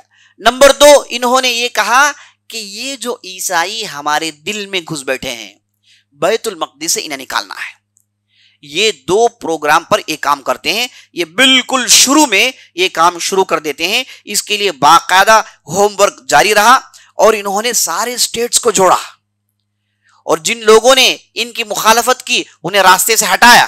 اور غداروں کا زمانہ تھا, منافقین کا زمانہ تھا جو صلیبیوں سے ملے بیٹھے تھے, تو ایسے غداروں کو انہوں نے ہٹایا. اور ان کے پاس ایسی مضبوط انٹیلیجنس تھی جن کے ذریعے سے غداروں کے نام ان کے پاس ہوتے, موقع کے طاق میں ہوتے, جیسے ہی غدار پھنستا اسے ہٹا دیتے تھے. تو ان کے بہت سارے اہم لڑائیاں ہیں. ان میں سے معرکۃ الروحہ ایک اہم لڑائی ہے جس میں ایک بعض غدار کو ہٹا کے یہ اپنے قبضے میں لیتے ہیں. اور اسی طریقے سے ایک اہم لڑائی جو انہوں نے لڑی وہ لڑائی تھی دمشق کی لڑائی. یہ دیکھیں یہ حلب میں ہے اور دمشق میں ایک غدار حاکم ہے جس کا نام مجد الدین انر. یہ ایسا آدمی ہے انتہائی منافق آدمی, مسلمان بادشاہوں کے درمیان آتا تو دین کی بات کرتا, دین کو لے کر فکر بتاتا, اور جیسے ہی ان کے پیچھے جاتا صلیبیوں سے تحفے تحائف لیتا, صلیبیوں سے مدد لیتا. اور یہاں تک کہ بعض صلیبیوں نے اس پر اتنا ڈومینیٹ کیا کہ اس کی پوری سلطنت کو قرض دے دے کے اسے بھکاری بنا دیا. اور جیسے ہی یہ ٹوٹ گیا تو اس پر ڈھیر سارے ٹیکس عائد کیے, کہا کہ تمہیں یہ ٹیکس دینا ہے, یہ ٹیکس دینا ہے, یہ ٹیکس دینا ہے. یہ کہہ کے یہ جو مجد الدین انر تھا اسے انہوں نے غلام بنا رکھا تھا. اور باقاعدہ عیسائی آتے, برمل آتے اور یہ جو گورنر ہے اس کے پاس ماہانہ ٹیکس لے جاتے, کہتے اگر ٹیکس نہیں دو گے تو تمہاری حکومت نہیں رہے گی. تو نور الدین زنکی نے مجد الدین انر سے کہا کہ میں آپ کی لڑکی سے شادی کرتا ہوں, رشتہ داری قائم کی, اور اس کے بعد بہترین انداز سے یہاں کی عیسائی طاقتوں کو ختم کرتے ہیں اور دمشق کو اپنے قبضے میں لے لیتے ہیں. چھوٹی موٹی لڑائی ہوتی ہے اور انہوں نے اسے جو ہے ختم کر لیا. نور الدین زنکی رحمۃ اللہ علیہ نے صلاح الدین ایوبی کو سکھایا تھا کہ لڑائی کے میدان میں جانے سے پہلے لڑائی کے میدان کو کیسے جیتتے ہیں. تو بڑے آسانی سے انہوں نے یہاں کے گورنر کو اپنے اس میں لایا اور یہاں کے عیسائیوں کو بھگایا اور دمشق کو اپنے اندر داخل کر لیا. اور اسی طریقے سے مصر کو اپنے قبضے میں لیتے ہیں. مصر کو میں نے آپ کو بتایا ایجپٹ ایک بہت ہی اہم علاقہ ہے, اور ایجپٹ کے اندر پورے کے پورے عیسائی بھرے پڑے ہوئے تھے, اور یہ باطل فرقہ فاطمیہ ان لوگوں کو جگہ دے رکھا تھا. یہ آتے تھے اور مصر کو انہوں نے اپنے پورے مشنز کا بیس بنایا ہوا تھا. یہاں سے یہ اپنے بیڑے بھیجتے, یہاں سے اسلامی مملکتوں پر حملہ کرتے, کوئی مصر میں پوچھتا ہی نہیں. حالانکہ مسلمان علاقہ ہے, نام اسلام کا ہے, لیکن کوئی روک تھام نہیں تھا. تو نور الدین زنکی نے بڑی بہتر انداز سے مصر کو اپنے قبضے میں لیتے ہیں. بہترین انہوں نے لڑائیاں لڑی, اور جب عیسائی مصر کو اپنے مکمل قبضے میں لینا چاہتے تھے تو یہ لینے کے تعلق سے سوچنے سے پہلے انہوں نے عیسائیوں پر حملہ کر دیا, اور عیسائیوں پر حملہ کرنے کے بعد عیسائیوں کے ذریعے سے مصر کے غداروں پر حملہ کرتے ہیں اور مصر کو بڑی آسانی سے اپنے قبضے میں لے لیتے ہیں. یہ بہترین اسٹریٹجی بنانے والے تھے اور بڑے ہی ذہین آدمی تھے. اللہ نے انہیں اتنا تجربہ دیا تھا اور اتنا جنگجو ذہن تھا کہ ایک چیز کو ہونے سے پہلے سے پرکھ لیتے, بھانپ لیتے کہ یہ معاملہ کہاں تک پہنچنے والا ہے. تو مصر کو انہوں نے ایسے ہی قبضہ کیا. مصر میں عیسائی نہ چلے جائیں اس لیے عیسائیوں کو انہوں نے کسی دوسرے میدان میں مصروف رکھا ہوا تھا. وہاں پر عیسائی لڑ رہے تھے تو یہاں پر انہوں نے مصر کے اندر جو عبیدین تھے ان پر حملہ کر کے مصر کو اپنے قبضے میں لے لیا. تو دمشق, مصر اور شام کے اکثر و بیشتر علاقے کو اپنے قبضے میں لے لیتے ہیں, اور ان کے جو بھائی تھے اکثر و بھائیوں نے اپنی اپنی عمارتیں نور الدین زنکی کے ہاتھ میں دے دی. تو تاریخ میں پہلی مرتبہ ایک ایسی سلطنت قائم ہوئی, خلافت نہیں سلطنت قائم ہوئی, جس نے بہت سارے علاقے کو اپنے کنٹرول میں رکھا ہوا تھا. اور جیسے ہی ان چیزوں سے فارغ ہوئے تو انہوں نے اب سلسلہ شروع کیا عیسائیوں کو بھگانے کے لیے. عیسائیوں کو بھگانے کے لیے ان کی 15 سال کی کوشش تھی, اور چھوٹے چھوٹے علاقوں میں جہاں کہیں بھی صلیبی تھے انہیں انہوں نے مار بھگایا, اور اتنے بہتر انداز سے انہیں نکالا کہ آنے والے صلاح الدین ایوبی کے لیے راستے انہوں نے فراہم کیے. حالانکہ ان کی خواہش تھی کہ پورے عیسائیوں کو نکال دیں, بیت المقدس کو دوبارہ مسلمانوں کے کنٹرول میں لائیں. یہ جب حکومت میں تھے لگ بھگ 40 سال سے بیت المقدس ان کے ہاتھوں میں تھا. پورے تاریخ میں آپ دیکھیں گے اب جو 1948 جب اسرائیل آیا ہے, اس سے پہلے یہ اسلام مسلمانوں کے ہاتھ میں تھا. بیت المقدس لگ بھگ اسلام آنے سے لے کر لگ بھگ 1300 سال تک مسلمانوں کے ہاتھ میں رہا. وہاں پر عیسائی بھی تھے, وہاں پر یہودی بھی تھے, سب کے ساتھ انصاف کا معاملہ ہوتا تھا, لیکن کبھی بھی اس انداز سے مسلمانوں سے اتنا بڑا علاقہ انہوں نے چھینا نہیں تھا جو آج ہم دیکھ رہے ہیں، خون کے آنسوں رونا چاہیے کہ کیسے انہوں نے ظلم کیا اور کیسے دھیرے دھیرے دھیرے دھیرے مسلمانوں کے علاقوں کو انہوں نے خریدا، مسلمانوں کو مار بھگایا. کتنے فلسطینی ایسے فیملیز ہیں جو عالم اسلامی، عالم عربی میں گھومتے رہتے ہیں، سعودی عرب کے اندر، یمن کے اندر، مصر کے اندر، خاندان سڑکوں میں بیٹھے ہوئے، فلسطین سے آ گئے ہیں، بھگا دیا گیا. ایک فائن ڈے یہودی آئے، کہا کہ یہ گھر ہمارا ہے، اور دھکے دے کے نکال دیا. کوئی حکومت نہیں، حکومت خود کہتی ہے کہ تم لوگ چلو، اب تمہارا گھر ان لوگوں نے خرید لیا ہے. علاقے خریدتے ہیں، کم دام میں خرید لیتے ہیں. کتنے ایسے علاقے ہیں جہاں پر پورے علاقے کو خالی کیا گیا اور یہودیوں کو بلا بلا کے گھروں میں بٹھایا گیا، ساز و سامان کے ساتھ. صرف آدمی کو دستک دیتے، جو باہر آتا پکڑ کے گاڑی میں بٹھاتے، اور دوسرے ایک آدمی کو لائے ہوئے ہوتے، اسے کہتے کہ چلے جاؤ، آج سے تمہارا گھر ہے، یہ لو کاغذات. ایسے انہوں نے خالی کیا ہے. تو آج دیکھتے ہیں کہ صرف مسلمانوں کے ہاتھ میں ایک غازہ سٹرپ ہے، اور اس کے بعد ویسٹ بینک کے بعض علاقے ہیں، اور باقی جتنے بھی علاقے ہیں، تل ابیب ہو گیا، اس کے بعد رفح ہو گیا، جتنے بھی اہم علاقے تھے، نابلس ہو گیا، سب کو انہوں نے اپنے قبضے میں لے لیا ہے. 70 سال کے اندر پورے علاقے کو انہوں نے بدل دیا ہے. تو ایسی ذلت اس زمانے میں نہیں تھی کم از کم. لیکن اس کے باوجود یہ 90 سال تک، 1300 سال کی تاریخ میں 90 سال تک عالم اسلامی کے بیچ میں یہ لوگ بیٹھے تھے. تو صلاح الدین ایوبی جب اپنی طاقت میں آئے تو لگ بھگ 40 سال ان کے گزر گئے تھے، یہ اپنے کنٹرول میں رکھے ہوئے تھے. تو 15 سال انہوں نے محنت کی، ایسی زبردست اسٹریٹجیز بنائے، اور ایسا مضبوط انٹیلیجنس بنایا، اور ایسے لوگوں کو تیار کیا. انہیں معلوم تھا کہ زندگی میں یہ ہوں گے یا نہ ہوں گے، ان کے بعد کے لوگ کام کریں. اس کے لیے انہوں نے بہترین پروگرام بنایا اور ایک ایسے فرد کو تیار کیا جن کا نام تھا صلاح الدین ایوبی، اور ان کے ذریعے سے ان کے مقاصد کو کامیابی ملتی ہے. یہاں تک نور الدین زنکی نے دمشق میں ایک زبردست ممبر بنایا، بڑا ہی خوبصورت ممبر بنایا، اور اس ممبر کا نام رکھا الممبر النوری. اور یہ کہتے تھے کہ جیسے ہی بیت المقدس فتح ہوگا تو اس ممبر کو ہم ادھر منتقل کریں گے. یہ خواہش میں منتظر تھے، لیکن یہ وفات پا جاتے ہیں. جب صلاح الدین ایوبی آتے ہیں، جب فتح حاصل کر لیتے ہیں، تو اس ممبر کو وہ منتقل کرتے ہیں. یہ ان کا بہت بڑا کارنامہ تھا. اب چلیے، یہ میں مختصر ان کی کامیابیوں کو بتا دیا. یہ کوشش میں تھے، ان کی وفات ہو جاتی ہے، اس کے بعد پوری ذمہ داری صلاح الدین ایوبی کے ہاتھ میں چلے جاتی ہے، جنہیں نور الدین زنکی نے مصر کا گورنر بنایا. ابھی آپ کو میں نے بتایا کہ مصر کو بڑے چالاکی سے، بڑے ہوشیاری سے نور الدین زنکی اپنے قبضے میں لیتے ہیں. لیکن یہاں پر یہ جو اسماعیلی شیعہ ہیں، ان کے لوگ بیٹھے ہوئے ہیں. اب انہیں کنٹرول کرنا ہے تو بہت ہی ذہین فہیم آدمی کی ضرورت ہے. تو انہوں نے چنا اپنے ایک منسٹر کے بھتیجے کو، اپنا منسٹر جن کا نام تھا اسد الدین شیراکو، ان کا ایک بھتیجا تھا جس کا نام صلاح الدین ایوبی. ان کا انتخاب کرتے ہیں، اور صلاح الدین ایوبی کو بچپن سے جانتے تھے، بچپن سے انہوں نے تربیت کی، بچپن سے ذہن سازی کی. اور جب ان کے 18 سال کی عمر تھی، کہا کہ جاؤ مصر کی ذمہ داری تمہارے ہاتھ. تو پہلے چچا کے ساتھ بھیجتے ہیں، اور چچا چند دنوں کے بعد رہتے ہیں، اور اس کے بعد صلاح الدین ایوبی کو پوری چیزیں سکھا کے ان کے ہاتھ میں پوری مصر کی کنجیاں دے دی جاتی ہیں. اور نور الدین زنکی جلدی کرتے رہے، کہا کہ یہ اسماعیلی عبیدیہ کی طاقت کو ختم کرو اے صلاح الدین. اور صلاح الدین کہتے تھے کہ انتظار کریں، ابھی میں طاقت میں آیا ہوں. وہاں سے نور الدین زنکی جلدی کرتے رہے، کہا کہ تمہارے لیے سامنے 6 مہینے، بس تمہیں سب کچھ بدلنا ہے. صلاح الدین ایوبی نے کہا کہ نہیں، 6 مہینے میں ہو نہیں سکتا، یہاں تو سازشوں پر سازشیں ہوتی ہیں، میرے آس پاس سب بکے ہوئے ہیں، میں کس پر اعتماد کروں پتہ نہیں چلتا، میرے خاص لوگ ان سے بکے ہوئے ہیں، تو مجھے تھوڑی مہلت دیں. نور الدین زنکی ان سے غصہ کرتے تھے، اور یہاں تک کہ بعض وقت خطرناک خط لکھے، کہا کہ میں تمہیں مصر سے نکال دوں گا، تمہیں فوراً رزلٹ نکالنا ہے، فوراً وہاں کے ممبروں پر خلافت عباسیہ کا نام آنا چاہیے، یہاں کے اذانوں میں ابھی بھی شیعہ کا رنگ ہے، یہاں کے نمازوں میں ابھی بھی شیعہ کا رنگ ہے. یہ کیا بستی کے دروازوں پر خلفاء راشدین کے لیے گالیاں، تم خاموش کیوں ہو؟ تو غصہ کرتے تھے صلاح الدین ایوبی پر، صلاح الدین نور الدین زنکی کہ جلدی کام کرو. تو صلاح الدین ایوبی نے کہا کہ تھوڑی مہلت دیں، میں ایک کام کر رہا ہوں. اسے لے کر دونوں کے درمیان کبھی کبھار غصہ بھی ہو گیا تھا.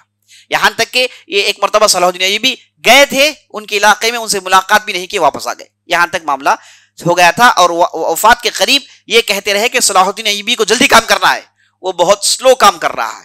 ان کی وفات ہو جاتی ہے 559 میں، 569 میں ان کی وفات ہوتی ہے. کن کی؟ نور الدین زنکی کی. انشاءاللہ آئندہ آنے والی مجلسوں میں باقی باتوں کو آپ کے سامنے لاؤں گا. اب مختصر نور الدین زنکی کی بعض اہم صفات کو دیکھ لیجیے، یہ بہت ضروری ہے. پہلی چیز، ان کے اندر شریعت سے اتنی محبت تھی، جو بھی نیا علاقہ اپنے قبضے میں آتا وہاں کے بگڑے مسلمانوں کو صحیح مسلمان بناتے اور شریعت کو نافذ کرتے. اسے لے کر اتنے سیریس تھے. یہ پہلے آدمی ہیں خلفاء راشدین کے زمانے کے بعد جنہوں نے ٹیکسز کو روکا.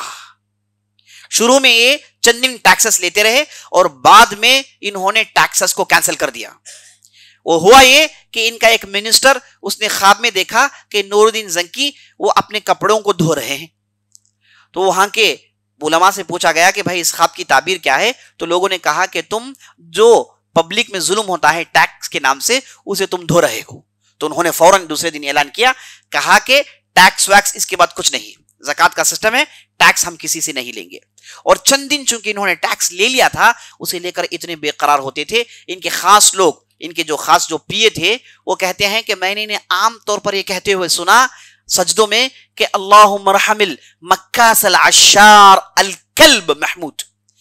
سجدوں میں کہتے تھے کہ اے اللہ, یہ جس نے ٹیکس لیا ہے, یہ جو لوگوں سے 10% لیا ہے, ٹیکسوں کو کلیکٹ کیا ہے, محمود نور الدین زنکی, اس کتے پر اللہ رحم کر, اس کتے پر اللہ رحم کر. یہ سجدوں میں کہ اپنے آپ کو کتا کہہ دیتے, اس کتے پر اللہ رحم کر, کیونکہ ان سے غلطی ہو گئی. اور تمام لوگوں سے انہوں نے معافی مانگی اور ان کے ساتھ جو علماء تھے ان سے کہا کہ کسی بھی آدمی کو کسی بھی قسم کا دل میں چوٹ ہے تو اس کے لیے جائز ہے کہ دربار میں آئے اور آپ مجھے گالی دے, میں اس کے لیے تیار ہوں. اس انداز سے انہوں نے حکومت کی. اللہ اکبر. اور شریعت سے انہیں غیر معمولی لگاؤ تھا, تو پہلے آنے کے ساتھ ساتھ یہ تبدیلی لاتے ہیں. اور انصاف میں تو خلفاء راشدین کی یاد تازہ کر دی. ایسے انصاف پسند تھے کہ ایک مرتبہ نماز پڑھنے کے بعد, سلام پھیرنے کے بعد اپنی جگہ بیٹھ کر کوئی چیز سوچ رہے تھے.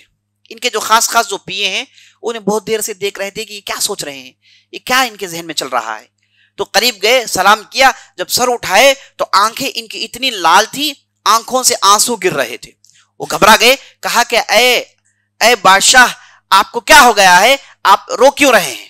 تو نور الدین زنکی نے کہا کہ دیکھو, تم دو میرے پیے ہو, تم دونوں کے ذریعے سے میرے پاس بات پہنچتی ہے.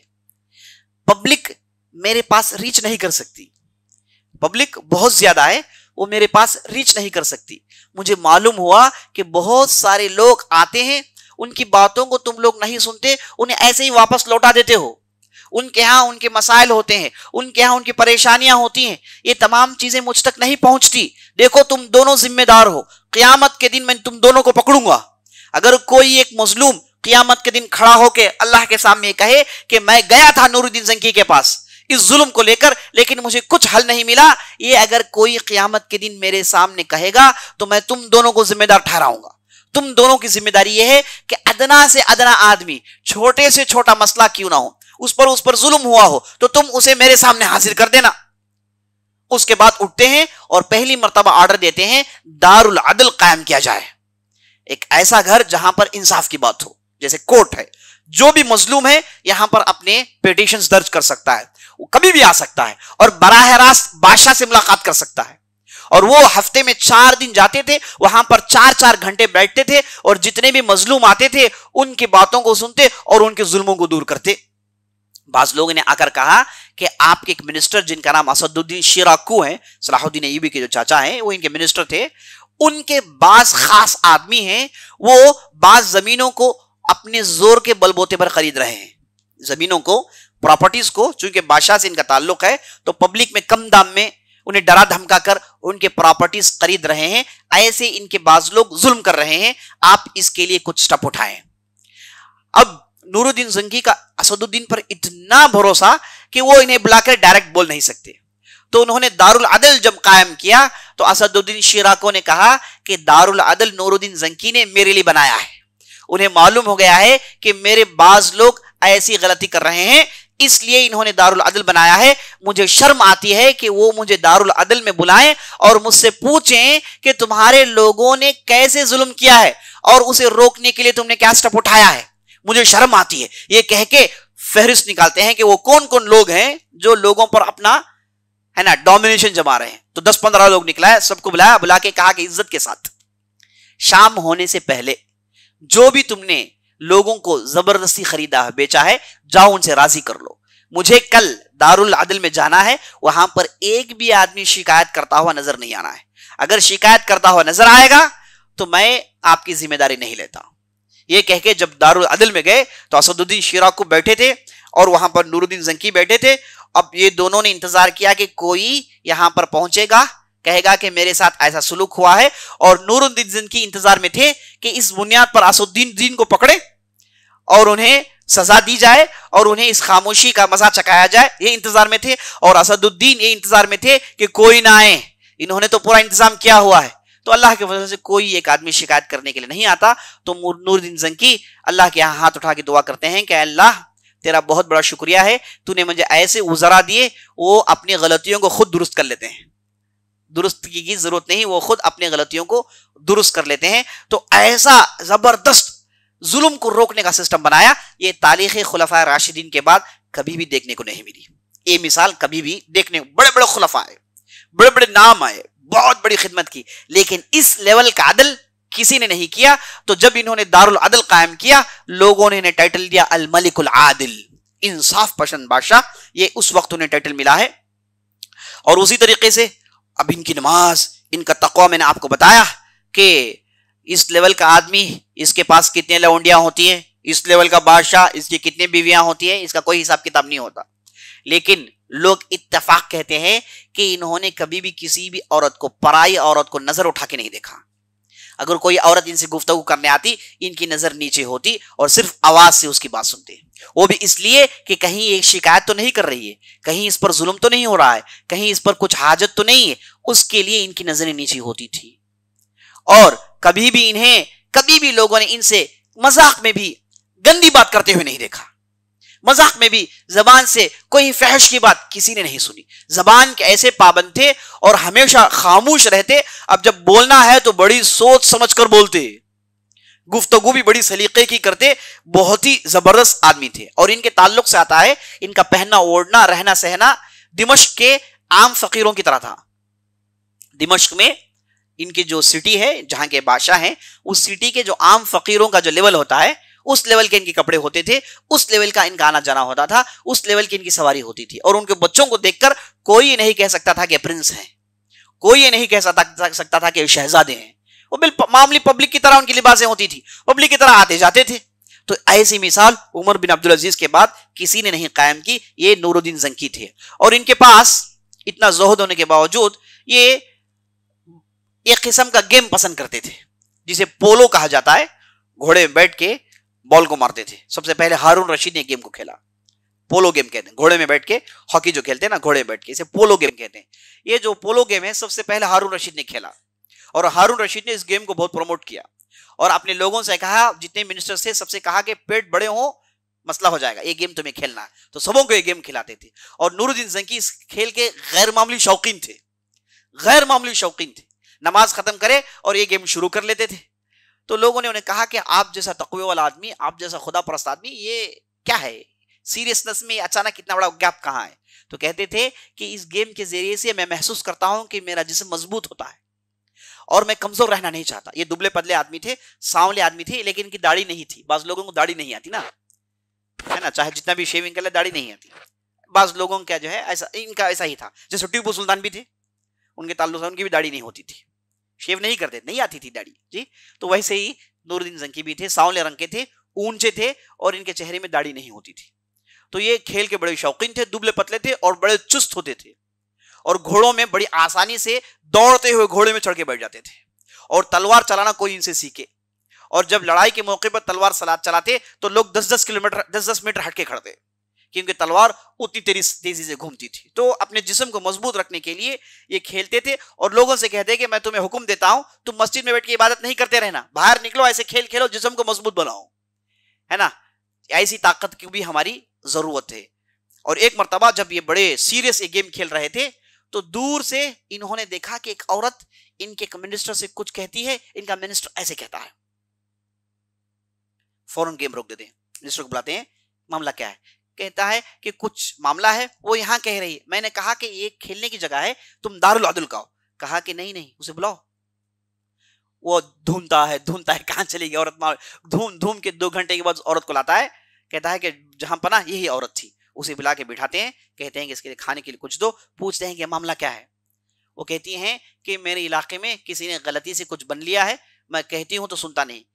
تو انہوں نے منسٹر کو بلا کہا کہ اس عورت کو میں دوبارہ یہ شکایت کرتے ہوئے دیکھنا نہیں چاہتا، دوبارہ یہ شکایت موجود نہ ہو. تو 2 گھنٹے میں کام ہو گیا الحمدللہ. یہ کھیل کے میدان میں بھی اس کام کو چھوڑتے نہیں تھے. تو یہ ان کی بہت بڑی خوبی تھی. اور اس کی سارا عام طور پر ان کی دعا یہ ہوتی تھی، اللہم انصر دینک ولا تنصر محمودا من الکلب محمود حتی انصر. کہتے تھے عام طور پر اے اللہ تیری دین کی تو مدد کر، تیری دین کی مدد تو ہی کر سکتا ہے. اے اللہ نور الدین زنکی کی مدد نہیں کر. نور الدین زنکی کیسا کتا ہے کہ اس کی مدد کی جائے؟ یہ تو تیرا دین ہے، یہ تو تیری شریعت ہے، تو نے ہمیں ذریعہ بنایا ہے، تو ہی اس کی حفاظت کرنے والا ہے. تو اللہ اکبر، اس تقوی کو دیکھیے. برملا پبلک کے سامنے کہتے ہیں کہ نور الدین زنکی کیا کتا ہے کہ اس کی اتنی عزت ہو، وہ کیسا کتا ہے کہ اس کے لیے اللہ اپنی دین کی مدد کرے. میری کوئی حیثیت نہیں، یہ اللہ کے دین کی خدمت کرتا ہوں، یہی میرے لیے بہت بڑا شرف کا کام ہے. اور آخری ان کی جو خوبی تھی وہ یہ کہ جب بنو بوئے انہوں نے پورے علاقے کو شیعہ بنا لیا تو یہ پورے علاقے کو سنی بناتے ہیں. وہ کیسے بناتے ہیں؟ انہوں نے سب سے پہلے شیعہ کا جو اذان کا طریقہ تھا اس میں بعض جملوں کو ایڈ کرتے ہیں. پہلے کہا کہ ان جملوں کو نکالا جائے، پہلے اس کے لیے گراؤنڈ ورک کیا. اور ان میں جو بڑے بڑے سرغنے تھے، جو شیعہ مذہب کے جو بڑے بڑے جو لوگ تھے، انہیں ہٹاتے ہیں بڑے اچھے انداز سے. اور اس کے بعد پہلے اذان میں تبدیلی لاتے ہیں، اور اس کے بعد خطبے میں خلیفہ عباسی کا نام پڑھتے ہیں. اس کے بعد ان کا نام آتا تھا. یہ پہلے یہ تبدیلی لاتے ہیں. اس کے بعد سنی علماء کو خوب سپورٹ کرتے ہیں، انہیں منظر عام میں لاتے ہیں.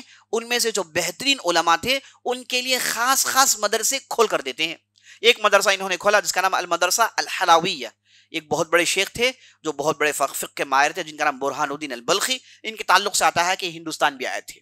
ہندوستان میں آ کے انہوں نے بعض شاگردوں کو بھی تیار کیا تھا، اللہ عالم. تو ان کے لیے مدرسہ کھول کر دیتے ہیں کہ آپ اس مدرسے کو چلائیں، یہاں سے طلبہ نکالیں. تو یہاں سے ایسے طلبہ، ایسے مجاہدین نکلے جن کے ذریعے سے نور الدین زنکی کو بہت فائدہ ہوا. ایک دوسرا مدرسہ کھولتے ہیں جس کا نام المدرسہ نوریہ الکبریٰ، المدرسہ نوریہ الصغریٰ. 2 بڑے بڑے مدرسے کھولتے ہیں. ایک میں فقہ کے اسپیشلسٹ کو بناتے ہیں، ایک میں تفسیر کے اسپیشلسٹ بناتے ہیں. ایک دوسرا مدرسہ انہوں نے کھولا المدرسہ العنصریہ اسرونیہ، المدرسہ الشعبیہ. ایسے لگ بھگ 6-7 بڑے بڑے مدرسے بنائے جہاں سے ہزاروں طلبہ دین پڑھ کر نکلتے تھے. اور وہاں پر صحیح عقیدہ کا انہوں نے ایک کتاب بنایا. لوگوں سے کہتے کہ قرآن حفظ کرنے کے ساتھ ساتھ اس صحیح عقیدے کو حفظ کر لو. قرآن کے ساتھ صحیح عقیدہ حفظ کراتے تھے، اور اس ذریعے سے شیعہ کی بنیادوں کو انہیں ختم کیا. یہ پہلے آدمی ہیں جنہوں نے ایک ایسا ادارہ بنایا جو خالص حدیث کے لیے، دارالحدیث انہوں نے سب سے پہلے بنایا. اس سے پہلے کسی نے دارالحدیث نہیں بنایا تھا. دارالحدیث بنا کر اس وقت کے سب سے بڑے محدث جن کا نام الامام ابن عساکر تھا، الامام ابن عساکر تھا. ان کی کتاب ہے جس کا نام تاریخ دمشق. میں نے پہلی مرتبہ یہ تاریخ دمشق سنا، میں سمجھ رہا تھا کہ یہ ایک 200-300 صفحے کی کتاب ہوگی. یہ تلاش کرتے ہوئے میں مکہ میں ایک ایگزیبیشن میں گیا تو میں پریشان ہو گیا، کیونکہ یہ کتاب 80 والیومز میں ہے اور ایک ایک والیوم بھی 400 صفحے کا ہے. اتنی بڑی، ایک آدمی پوری کتاب کار میں چڑھا رہا تھا. تو میں سمجھ رہا تھا کہ چھوٹی چھوٹی کتاب ہوگی دمشق کے بارے میں. دیکھ کر میں تعجب ہو گیا. تو 80 والیومز میں ان کی یہ کتاب ہے، صرف تاریخ دمشق پر لکھے ہیں. یہ ہے ابن عساکر. تو ابن عساکر کو یہ بلاتے ہیں، بلا کر کہتے ہیں کہ دارالحدیث کی ذمہ داری آپ کی ہے، یہاں پر آپ حدیث پر کام کریں، یہاں پر حدیث کے طلبہ نکالیں، اور پورے میری حکومت میں حدیث کا چرچا ہونا چاہیے، لوگ حدیث پر عمل کریں. اس تعلق سے انہوں نے بڑے مضبوط کمانڈز دیے جس پر ابن عساکر نے عمل کیا. اور یہ خود ابن عساکر کی مجلس میں جاتے تھے. دیکھیے، بادشاہ ہونے کے ساتھ ساتھ علم سے اپنے ہاتھ کو روکا نہیں، باقاعدہ ابن عساکر کے مجلس میں جاتے اور ان سے حدیث سنتے، اور ان کے پاس ایک کتابچہ بھی ہوتا جس میں وہ نوٹ کرتے تھے. آج ہم لوگوں سے کہتے ہیں کہ بھائی ذرا سن لو، ذرا کورس پڑھ لو، کہتے ہیں کہ مولوی صاحب نہیں، بڑا بزی آدمی، بڑی عمر ہو گئی ہے نا، کچھ بھی سمجھ میں نہیں آتا ہے، اور اس کے بعد میرے 3-4 بچے ہیں، ہے نا، میرا بڑا بزنس ہے، میں نہیں آ سکتا. دیکھیے، بادشاہ ہے، بادشاہ سے آپ کیا مصروف ہیں، ہے نا. اور ایسا بادشاہ کہ چاروں طرف دشمن ہیں، سب سے دشمنی مول لے رکھا ہے، اور تاریخ کا سب سے بڑا کام کرنے کی تیاری کر رہا ہے، دشمنوں کو بیت المقدس سے نکالنے کی پریپریشن میں لگا ہوا ہے. تو اس کے کتنے دشمن ہوں گے، لیکن اس کے باوجود، اس کی مصروفیت کے باوجود علمی حلقوں میں آنا انہوں نے نہیں چھوڑا. باقاعدہ ابن عساکر کے پاس آتے، یہاں تک کہ یہ اپنی ایک سند رکھے ہوئے تھے، اس سے یہ روایت کرتے تھے. بعض کے کتابوں میں نور الدین زنکی راویوں میں ان کا ذکر آتا ہے، اس حد تک انہیں حدیث سے شغف تھا، تو یہ انہوں نے اتنا بڑا کام کیا. تو بادشاہ ہونے کے باوجود علم سے اپنے آپ کو دور نہیں رکھا. اور اس کے بعد عزیز ساتھیوں یہ سب کچھ کام انہوں نے حلب میں کیا، اور یہ پہلے آدمی ہیں جنہوں نے بہترین بیمارستان بنایا.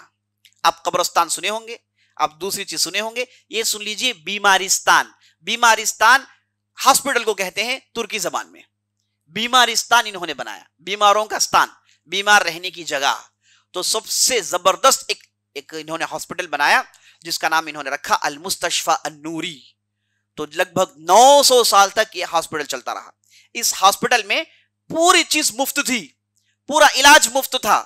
بیمار آتا تو بیمار کو گیسٹ کی طرح اپروچ کرتے. بیمار آتے ہی یہ نہیں کہتے کہ پہلے بل بندو، اس کے بعد ہم ایک رپورٹ دیں گے، رپورٹ آپ نکالیں گے تو آپ کی آدھی جائیداد ختم ہو جائے گی، آپ دوسرا ریسپشن پیسے دیں گے تو انشاءاللہ آپ ہاسپٹل سے باہر کنگال ہو کر جائیں گے. یہ یہاں کا معاملہ ہے. اور اس کے بعد ہاسپٹل کے اندر جو سلوک کیا جاتا ہے، ایسا بدترین سلوک کیا جاتا ہے کہ کوئی اٹینڈر سے، کوئی بالکل چھوٹے آدمی سے ایسا سلوک نہیں کریں گے. آؤ جاؤ بیٹھو اٹھو بھاگو، بچوں کی طرح بھگاتے ہیں. بڑے بوڑھوں کے فرق نہیں کرتے. یہ ہمارے ہاسپٹل سے، کیونکہ یہ ہاسپٹلز پورے کمرشیل ہیں، جو کام کرتے ہیں انہیں تنخواہ کم ملتی ہے، وہ انہیں غصہ ہوتا ہے، اور پورا غصہ کس پر دکھاتے ہیں؟ یہ جو پیشنٹس آتے ہیں ان پر غصہ دکھاتے ہیں، چونکہ پورا آوے کا آوا بگڑا ہوا ہے، پورا ایڈمنسٹریشن بگڑا ہوا ہے، تو ایسے آپ کو ریزلٹس نکل آتے ہیں. لیکن یہ نور الدین زنکی کا ایڈمنسٹریشن تھی. یہاں پر ہسپتال میں لوگ آتے ہیں تو انہیں بڑی عزت کے ساتھ سلوک کیا جائے. 900 سال سے ہسپتال رہا. 1850 کے آس پاس اس ہسپتال کو کنورٹ کر کے مدرسہ بنا دیا گیا، جو آج بھی دمشق میں موجود ہے. المستشفی النوری کے نام سے ایک زبردست ہسپتال بناتے ہیں. اور جن کے جتنے بھی کیپٹل سٹیز تھے، جیسے حلب ہو گیا، دمشق ہو گیا، موصل ہو گیا، قاہرہ ہو گیا، یہاں پر انہوں نے جہاں مدرسے بنائے وہاں پر انہوں نے بہترین ہسپتال بھی بنائے. یہ ان کا زبردست کارنامہ تھا. اور اس کے بعد موصل کے اندر جامع الاموی کے سٹائل میں، الجامع الاموی کیا ہے میں نے آپ کو بتایا تھا، دمشق کے اندر ایک زبردست مسجد بنی گئی، ولید بن عبد الملک نے بنایا، جس کا نام الجامع الاموی. تو بالکل اسی طرز پر انہوں نے موصل عراق کے اندر ایک بہترین جامعہ بنایا، بہترین مسجد بنائی، جس کا نام انہوں نے رکھا الجامع النوری، جو آج بھی ہے وہ بہترین دنیا عالم اسلامیہ کے بہترین مساجد میں سے، مشہور مساجد میں سے ایک مسجد ہے. اور اس کے بعد خلافت راشدہ اور عمر، ابوبکر، عثمان و علی، یہ جو خلفاء ہیں، ان کی عزت، ان کی بے عزتی کہیں پر بھی سنی گئی. چونکہ شیعہ کا ڈومینیشن علاقہ تھا ایک زمانے میں، تو انہوں نے کڑے آرڈرز دیے ہوئے تھے کہ کہیں پر بھی کسی صحابی پر گالی دیتے ہوئے، کسی خلفاء راشدین پر لان تان کرتے ہوئے کوئی بھی پکڑا گیا، اسے کڑی سے کڑی سزا دی جائے گی. خلفاء راشدین کا نام پوری عزت سے لینا چاہیے. صحابہ کی پر گالی لان تان کرنا کسی بھی حلقے میں کسی نے بھی کیا تو اسے فوراً ارسٹ کر لیا جائے گا. تو انہوں نے اپنے پورے اسٹیٹ میں اس کا اعلان کیا، اور مصر میں بہت بڑی کھلبلی مچ گئی تھی. لیکن صلاح الدین ایوبی نے وہاں پر کنٹرول کیا، کہا کہ تم شیعہ ہو تو ہو، لیکن صحابہ پر گالی دینا، مائی عائشہ پر تشنیع کرنا، یہ تمہارے لیے بالکل جائز نہیں. برملا پبلک میں کرو گے تو خون ہم تمہارے خون کے پیسے ہو جائیں گے. تو اس کڑے کنڈیشنز ڈالنے کے بعد انہوں نے بہترین انداز سے بہترین سنی اسٹیٹ بنایا. ورنہ یہ معاملہ تھا کہ عیسائی اور شیعہ مل کے اصل دینی کو بدل دیتے تھے، اصل دینی کو ختم کر دیتے تھے.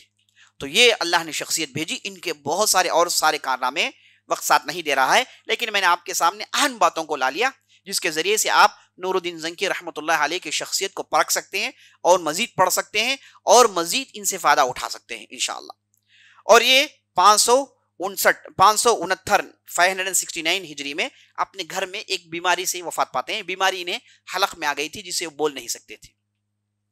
10-15 دن بیمار رہے اور اس کے بعد وفات پا گئے. اسی لیے انہیں شہید بھی کہا جاتا ہے. بیماری سے اگر کوئی وفات پائے اسے شہید کہا جا سکتا ہے. اس لیے ان کی عام دعا ہوتی تھی کہ اللہ مجھے شہادت دے، اے اللہ مجھے شہادت دے. بعد کے علماء نے کہا کہ بیماری سے مرے ہیں، ان کی دعا قبول ہوئی ہے، یہ بھی ایک شہادت ہی میں شامل ہونے والی چیز ہے.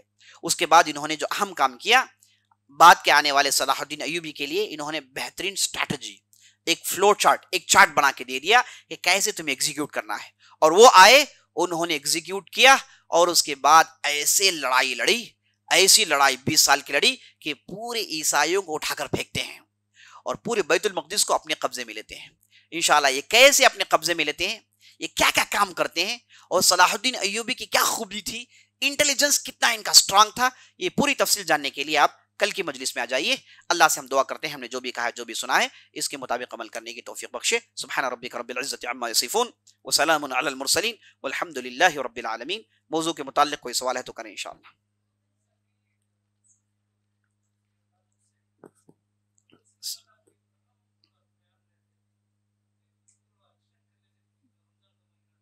نہیں انشاءاللہ. جی پہلا جو سوال آپ کر رہے ہیں کہ بعض لوگ نور الدین زنکی کو صوفی کہتے ہیں، یہ کس حد تک صحیح ہے؟ دیکھیے یہ وہ زمانہ تھا جہاں پر کوئی بھی دیندار ہو اسے یہ پوچھا جاتا تھا کہ تم صوفی طریقے میں کس طریقے کے ہو. جیسے اگر آپ ہمارے معاشرے میں کسی ایک دیندار کو دیکھتے ہیں تو پہلے کیا پوچھتے ہیں؟ کون سی جماعت کے بھائی؟ تمہیں وہ جماعت کی میں کون سی بھی جماعت دی تو مانتے نہیں. میں کون سی بھی جماعت کا نہیں بولے تو کون بھی مانتا نہیں. وہ سمجھ لیں گے یہ بولنے والی ایک جماعت ہے. میں کوئی بھی جماعت نہیں بولنے والی ایک جماعت ہے، آپ اس جماعت سے کہیں گے. تو یہ آج ہمارا ماحول ہے. تو ان کے زمان میں ماحول ایسا ہی تھا کہ صوفیہ طریقہ ہوتا ہے. جو بھی آدمی دیندار ہوتا ہے اسے کہہ دے کہ تم کون سے طریقے کے ہو، کیونکہ ان لوگوں نے ہی دین کا کام کیا ہوا تھا، حدیث پر کام کم ہوا تھا، صحیح عقیدے پر کام کم ہوا تھا. یہ شیعہ کا ڈومینیشن، یہ بدعتیں اتنی ترویج پا گئی تھی کہ اس میں حق اور اس کی پیورٹی گم ہو کر رہ گئی. تو ایسے موقع پر اگر کسی نے اس کے لیے کوشش بھی کی، اس کے لیے سٹیپ بھی اٹھایا، وہ تعریف کے قابل ہے، وہ تعریف کے قابل ہے. تو اس لیے نور الدین زنکی اپنے ماحول کے حساب سے ان کے پاس تھوڑی بہت تصوف تھی، ذرا برابر بھی شک نہیں اس میں، لیکن انہوں نے حق کی طرف آگے بڑھنے کے لیے قدم اٹھایا، حدیث پر کام کرنے کے لیے قدم اٹھایا، محدثین کی ترویج کی، علماء کو سامنے لائے. یہ اس اعتبار سے قابل ذکر ہیں انشاءاللہ.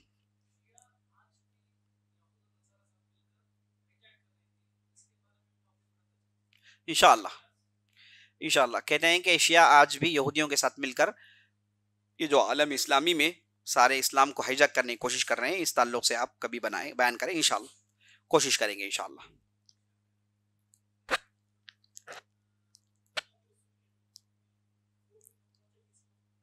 ہاں سوال کر رہے ہیں کہ نبی صلی اللہ علیہ وسلم کی قبر کی حفاظت جب سازشیں کی گئی تھی آپ صلی اللہ علیہ وسلم کے جسد مبارک کو چرانے کے لیے، تو نور الدین زنکی کا جو کارنامہ میں نے آپ کو بتایا وہ انہی کے زمانے میں ہوا تھا، انہی کے زمانے میں ہوا تھا. میں نے اس لیے اوائڈ کر دیا کیونکہ یہ میں نے پہلے بتا دیا تھا، اب دوسرے پوائنٹ سامنے لانے تھے اس لیے میں نے یہ آپ کے سامنے رکھ دیا تھا. جی انہی کے زمانے میں ہوا تھا الحمدللہ. سبحانک اللہم وبحمدک اشہد ان لا الہ الا انت استغفرک و اتوب الیک.